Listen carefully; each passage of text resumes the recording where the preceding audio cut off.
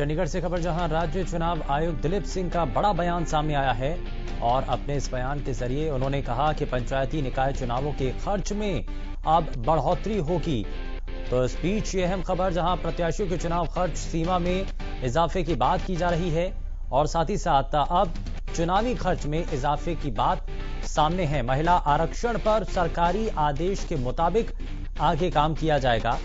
तो चंडीगढ़ से इस बीच ये अहम खबर, जहां राज्य चुनाव आयुक्त दिलीप सिंह की तरफ से बड़ा बयान दिया गया और अपने इस बयान के जरिए दिलीप सिंह ने यह बताया है कि पंचायती निकाय चुनावों के खर्च में बढ़ोतरी होगी, यानी कि अब ज्यादा पैसा खर्च किया जा सकेगा। प्रत्याशियों के चुनाव खर्च की सीमा जो है अब वो बढ़ जाएगी, उसमें इजाफा होगा। महिला आरक्षण पर सरकारी आदेश के मुताबिक ही काम किया जाएगा।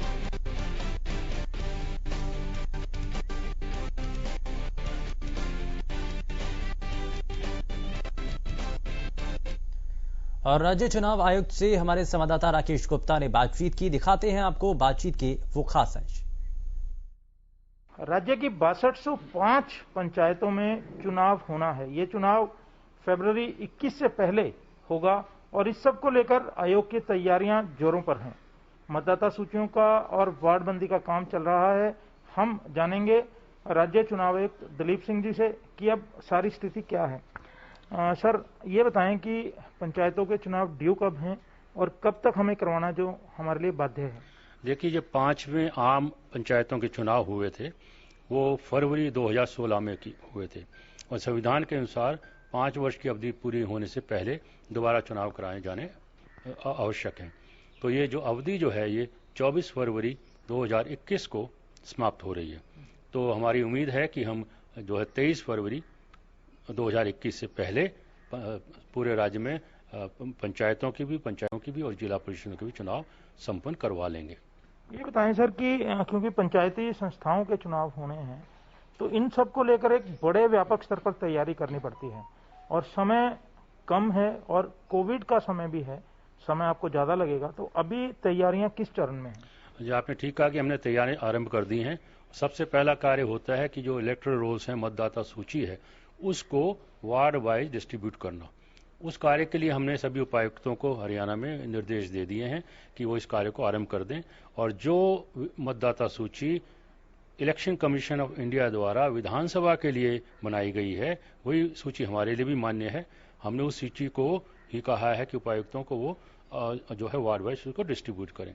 इस कार्य में करीब 45 दिन का वक्त लगता है और जैसे ही जब ये कार्य पूरा हो जाता है तो उसके बाद में चुनाव के जो प्रक्रिया है और चुनाव की तिथियों की घोषणा की जाएगी।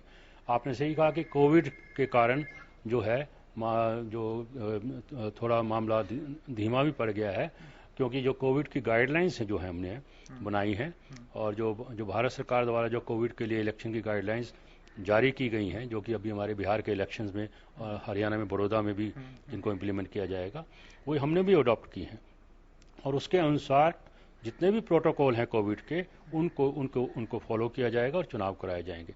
तो इसमें वक्त भी लगता है, संसाधन भी ज़्यादा लगेंगे, स्टाफ भी ज़्यादा लगेगा, बजट भी ज़्यादा लगेगा, लेकिन हम उसके लिए तैयार हैं और उसकी सारी कार्रवाई आरंभ कर दी गई है। ये आपने जैसे बताया, मैं थोड़ा और विस्तार से जानना चाहूँगा, क्योंकि आपने कहा कि जो विधानसभा के लिए मतदाता सूचियाँ तैयार होंगी वही पंचायती राज संस्थाओं के चुनाव में भी जारी रहेंगी। आमतौर पर पहले ये होता था कि सूचियाँ अलग अलग बनती थी। जी हाँ, पहले अलग अलग सूचियां बनती थी। विधानसभा के लिए इलेक्शन कमीशन ऑफ इंडिया की सूची अलग होती थी और जो पंचायत और म्यूनिसिपैलिटी के लिए हमारी सूची अलग होती थी।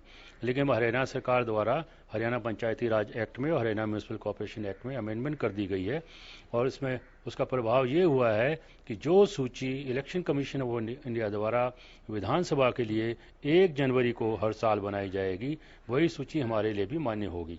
राज्य चुनाव आयोग उस सूची में ना तो एक भी वोट ऐड करेगा ना ही एक भी वोट उसमें से डिलीट करेगा।